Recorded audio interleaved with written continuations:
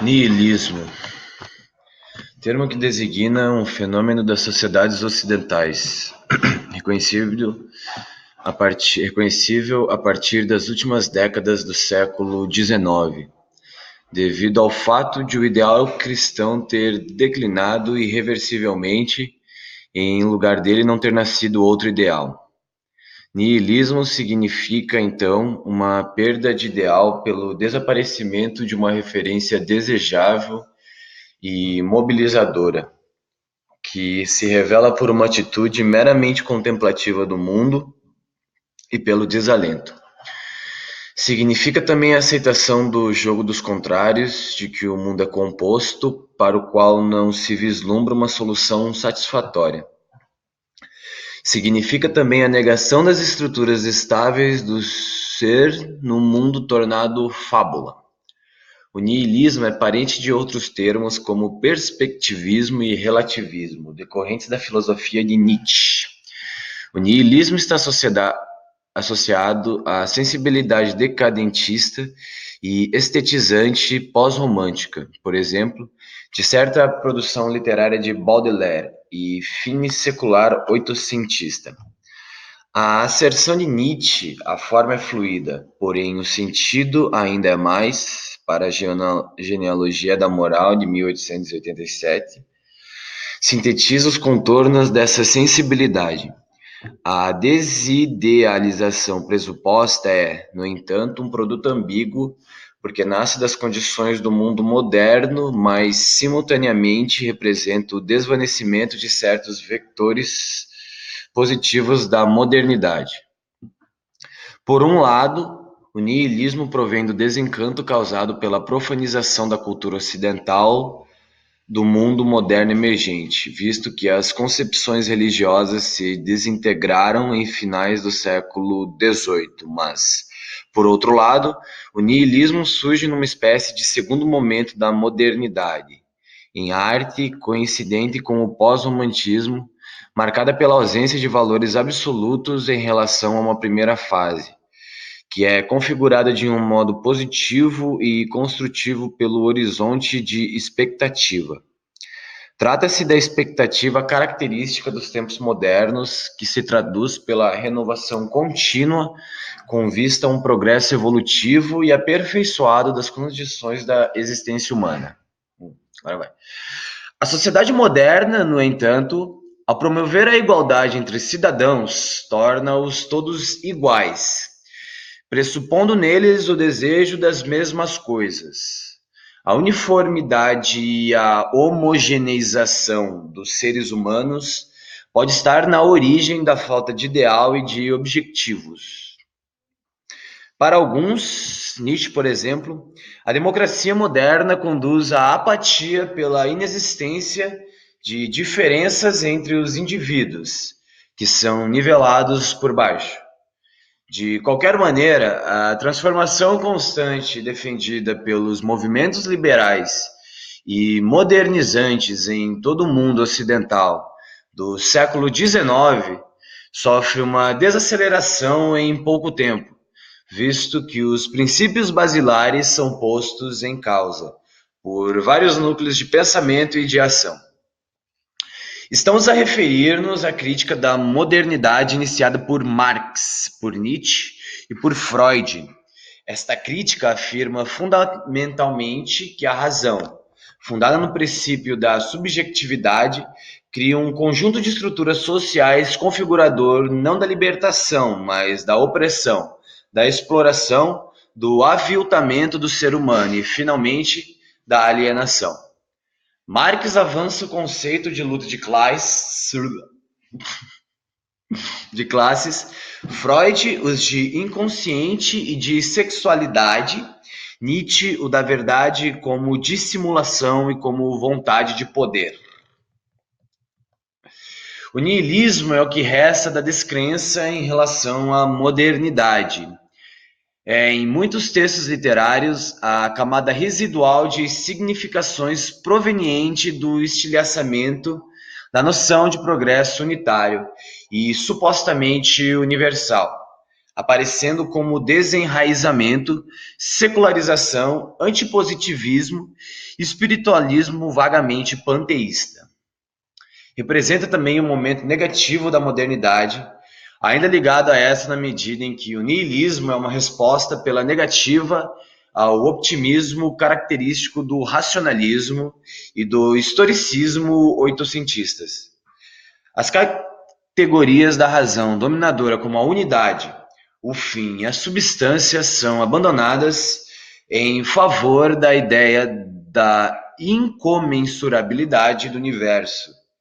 A literatura entende o niilismo como um conjunto de estruturas discursivas que remete para a ausência de valores absolutos e de fronteiras claras entre contrários. Um dos processos literários preferidos na época é o fragmento. Nesse sentido, o niilismo faz parte da situação sociolinguística característica do simbolismo e a do modernismo. As significações referidas que remetem para o niilismo são encontradas, por exemplo, na poética de Gomes Leal, Claridades do Sul, 1875, e nas obras mais significativas de Raul Brandão, por exemplo, Farsa, 1903, e Humus, de 1917. Aos olhos de uma certa tradição literária envelhecidamente neorromântica da transição do século XIX para o XX. O niilismo aparece como sinônimo de satanismo, de imoralismo, eventualmente de amoralismo. Pode, porém, assumir também a forma de um vitalismo. Almada Negreiros, autor do Manifesto Anti-Dantas, de 1916, deve ter percebido por Júlio Dantas como imoral e niilista. O romance Maria Adelaide, de 1938, de M. Teixeira Gomes, autor de obras marcadamente estetizantes, pode ser avaliado como amoral devido ao vitalismo asocial. O esteticismo vagamente decadentista, com laivos novirromânticos, evoluindo no início do século XX para os modernismos, pode ser considerado de coloração niilista na medida em que problematiza a verdade, que surge então como convenção ou como projeção, não como adequação às coisas. A obra poética de Fernando de Pessoa é uma declaração, de um modo implícito, da impossibilidade de um saber acerca da essência das coisas.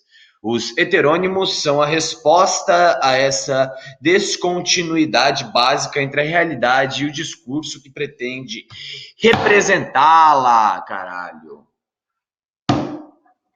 O influxo de Nietzsche nas obras portuguesas de matriz decadentista é, em breve, em parte motivado pela penetração tardia da sua influência efetiva através de traduções da sua obra, só surgidas no início do século XX.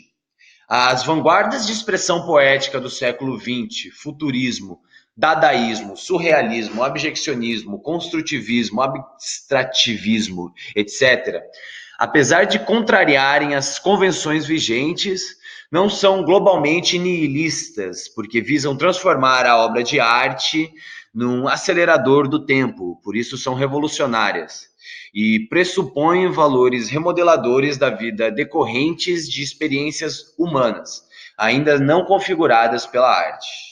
Na literatura portuguesa, de um modo geral, nas outras literaturas ocidentais, toda conjuntura referida de transição de século afeta uma tonalidade nihilista, desvanece-se fortemente na década de 30, devido ao interesse pelo realismo motivado pelo caráter precário da existência humana no período das duas grandes guerras. O realismo coexiste com vanguardas como a surrealista. Do ponto de vista político e cultural, a tonalidade do teor nihilista aparece no pós-guerra sob a forma de pura negatividade em relação à realidade instituída de que A Espera de Godot, de 1952, de Samuel Beckett, é um bom exemplo literário. Esta negatividade, vista como moderna e, por essa razão, percebida por alguns como inevitável, também tem vindo progressivamente a esbater-se, não tanto porque a sociedade tem encontrado uma positividade nova, mas porque o niilismo se tornou uma rotina configuradora de imobilismo. O momento presente, neste final de século, parece perceber que a modernidade tardia e radicalizada pressupõe um modelo social e cultural que funciona de um modo autônomo. Trata-se do paradigma democrático liberal que tem vindo a generalizar-se por todo o mundo. Visto que a sociedade não vê para além deste modelo instituído, estamos confinados ao espaço de experiência destituído do horizonte de expectativa, presente no início da modernidade. Analisada de um modo mais positivo, a homogeneização seria um privilégio de cada um numa sociedade desenvolvida em que os seus membros já não têm que se preocupar com as questões políticas. Em última análise de sobrevivência pessoal, visto que de cada um numa sociedade desenvolvida, desculpa, perdão por ter gritado, desenvolvida em que seus membros já não têm que se preocupar com as questões políticas. Em última análise de sobrevivência pessoal, visto que os políticos profissionais, se encarrega desses aspectos por ele. Na literatura, essa tendência atual tem se traduzido pela redescoberta de um realismo sem programa, sem escola e mesmo para além das gerações literárias. As obras romanescas de Antônio Lobo Antunes e de José Saramago, afirmadas a partir da década de 80 do século XX, não tendo aspectos particulares em comum entre si, escrevem-se nesse contexto sociocultural de uma leveza vagamente realista e descomprometida. O niilismo tem algo de trágico, que é um vector ausente da cultura do final do século XX. Nossa, o vídeo inteiro, mano. Ficou dobrado. Tudo bem, não tem problema. É assim mesmo que acontecem as coisas. Ai, ai.